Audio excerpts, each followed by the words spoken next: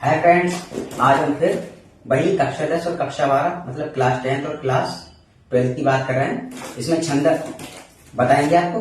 कल हमने मतलब 20 सितंबर को हमने बताया था कौन सा सोरठा छंद, और आज हम दोहा छंद की बात करते हैं। ठीक है, चलिए आइए हम अपने विषय की ओर चलते हैं।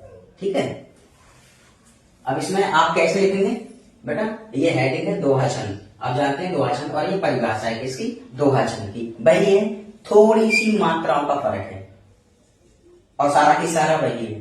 ठीक है, अब सबसे पहले हम ये लिखते हैं परिभाषा। भाई ब्लैक पेन या डॉट पेन से लिखना है। कैसे लिखना है? यह है अर्धसमात्रिक छंद है। कौन सा? दोहा। यह अर्धसमात्रिक छंद है जिसमें 4 चरण होते हैं। बेटा सोरठा में भी 4 चरण है और दोहा में भी 4 चरण है। तो हम दोहा की बात करते हैं जिसमें 4 चरण होते हैं। इसके पहले और तीसरे चरण में 13-13 मात्राएं होती हैं। बेटा सोरठा में कितनी थी? 11-11, और दोहे में कितनी है बेटा? 13-13। बस मात्राओं का फर्क है। 13-13 मात्राएं होती हैं तथा दूसरे और चौथे चरण में 11-11 मात्राएं होती हैं। बस मात्राओं का फर्क है सोरठा और दोहा छंद में, और कोई ज्यादा फर्क नहीं है। तो सबसे पहले हम डालेंगे परिभाषा ब्लैक पेन से। फिर मैं दोबारा बता रहा हूं आपको दोहा छंद की परिभाषा। यह अर्ध सममात्रिक छंद है जिसमें 4 चरण होते हैं।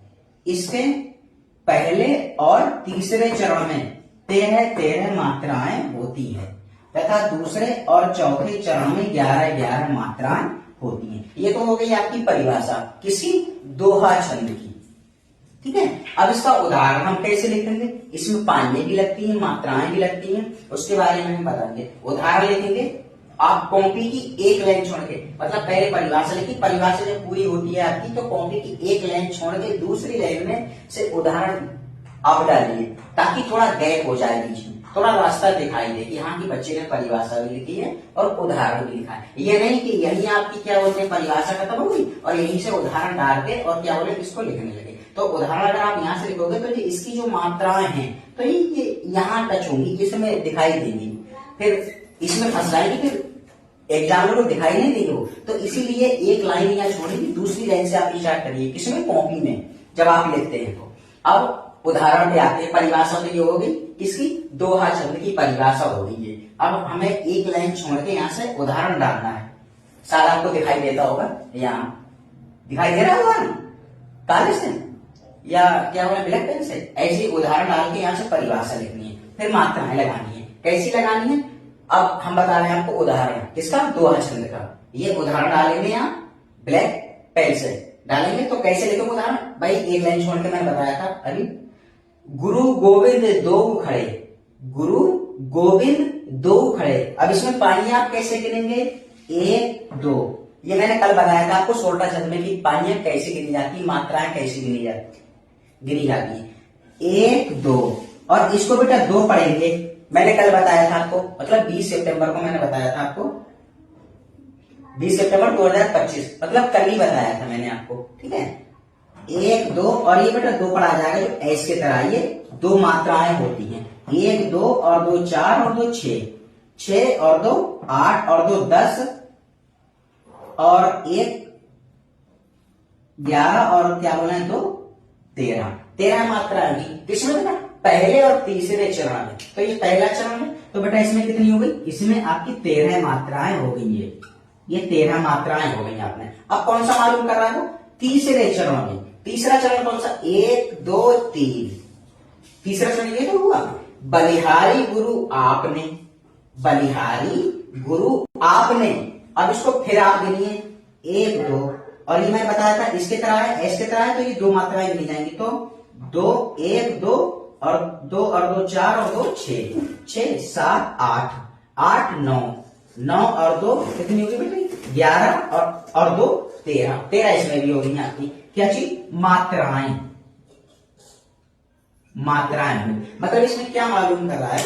ये कह रहा है पहले और तीसरे चरण में, पहला ये हो गया और तीसरा ये। ठीक है, तो पहला चरण ये हो गया, इसमें भी 13 मात्राएं हो गई, और तीसरा ये हो गया बलिहारी गुरु आपने, इसमें भी 13 हो गई। कितनी? 13 मात्रा, 13 इसमें और 13 इसमें, मतलब पहले में 13 और तीसरे में 13 क्या चीज? मात्राएं। अब बात करते हैं दूसरे और चौथे चरण की। दूसरा कौन सा? ये वाला। और चौथा ये वाला। तो दूसरा करते हैं काके लागू पाए। काके लागू पाए, तो देखिए काके लागू पाए, 2j और 2j 4, 2j और 2j 4 और 4 8, 8 और 2 10 और 1 11। कितने बेटा? दूसरे। दूसरे में कितनी है बेटा? दूसरे और चौथे में। दूसरे और चौथे में। दूसरा ये हो गया आपका। दूसरा दूसरे और चौथे में। तो दूसरा ये हुआ काके लागू पाए। तो बेटा इसमें कितनी हो गई? हमने बताया था 11 मात्राएं ये होगी आपकी। कितनी? 11 मात्राएं आपकी ये होगी। अब मालूम करा वो चौथे चरण में। चौथा चरण क्या हुआ? 1 चरण, 2 चरण, 3 चरण और ये चौथा चरण। ठीक है। चौथे चरण में कितनी? गोविंद दियो बताए। गोविंद दियो बताए। अब इसको गिनेंगे हम। 2 3 4 5, 5 और 2 7, 7 और 1 8, 8 और 2 10 और 1 11। 11 मात्राएं ये हो गई आपकी। ठीक है, 11 होगी। मैं दोबारा फिर आपको परिभाषा बता रहा हूं उसकी। कैसे लिखेंगे ये परिभाषा? भाई आपको क्या बोलते हैं उसे डालना है ब्लैक पेन से या डॉट बाल पेन हो। यह अर्ध मात्रिक छंद है जिसमें 4 चरण होते हैं। 4 चरण कौन से होते हैं? ये होते हैं 1 2 3 4। 4 चरण हो गए, तभी तो लिखा है जिसमें 4 चरण होते हैं। इसके पहले और तीसरे चरण में पहला कौन सा बेटा जी? गुरु गोविंद दो खड़े। इसमें 13 होगी। ये मैंने गिन के बता दिया आपको। दोबारा मैं फिर बता रहा हूं। 1 2, 2 और 2 4 6, 6 8 10, 10 और 1 11 और 2 13। 13 होगी। क्या है? जो पहले और तीसरे चरण में। पहला चरण कौन सा है बेटा? ये वाला, गुरु गोविंद दो खड़े। ठीक है, इसमें 13 होगी। अब कौन से में? तीसरा चरण। 1 2 3, बलिहारी गुरु आपने। बलिहारी गुरु आपने कितनी बेटा? 13 13 है। अब इसमें बलिहारी गुरु आपने 1 2, 2 और 2 4 और 2 6, 7 8, 8 10, 11 और 2 13। 13 होगी बेटा। इसमें क्या? पहले और तीसरे चरण में। पहला चरण ये, इसमें 13 हो गई। और तीसरा चरण बेटा ये 1 2 3, तीसरा चरण ये 13 हो गई। अब वो मालूम करना है। तथा दूसरे और चौथे चरण में। दूसरा चरण कौन सा? काके लागू पाए। काके लागू पाए। तो इसमें देखो ये 2 गिना जाएगा। 2 और 2 4 और 2 6, तो 8 और 2 10 और 1 11। 11 मात्रा होगी किसमें? दूसरे। दूसरा चरण हो गया 1 2 2। अब ये चौथे चरण में। चौथा चरण कौन सा? 1 2 3 4। चौथा ही हो गया। चौथे चरण में, यानी कि इसमें दूसरे चरण में भी और चौथे चरण में भी कितनी होती? 11 11 मात्राएं होती हैं। अब गोविंद दियो बताए। अब गोविंद दियो बताए।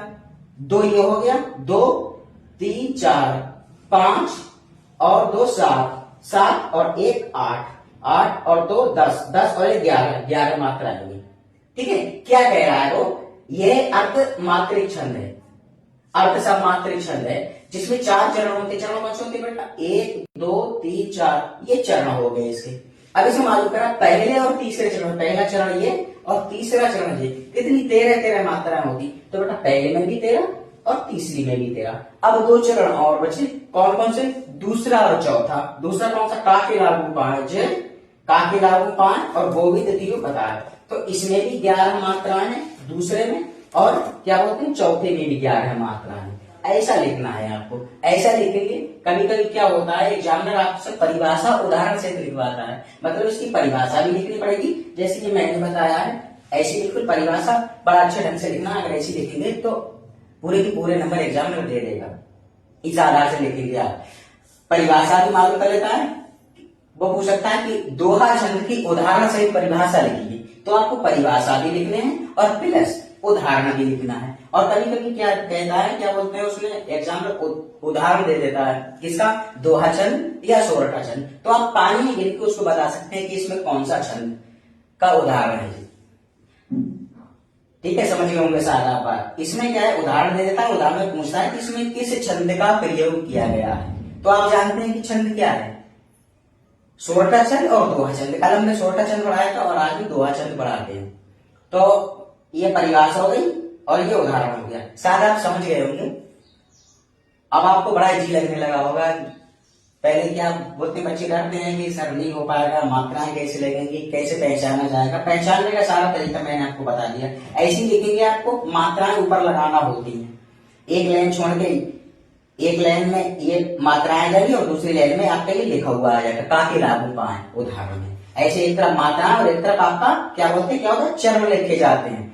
ऊपर मात्राएं, नीचे चरण, फिर ऊपर मात्राएं और नीचे चरण। इस तरकीब से आप लिखेंगे। कोई बहुत बड़ा काम नहीं है कि आपसे नहीं होगा। ये 12th और क्या बोलते हैं 10th क्लास का सिलेबस है, आप पढ़ लेंगे तो शायद आपकी समझ में आ जाएगा।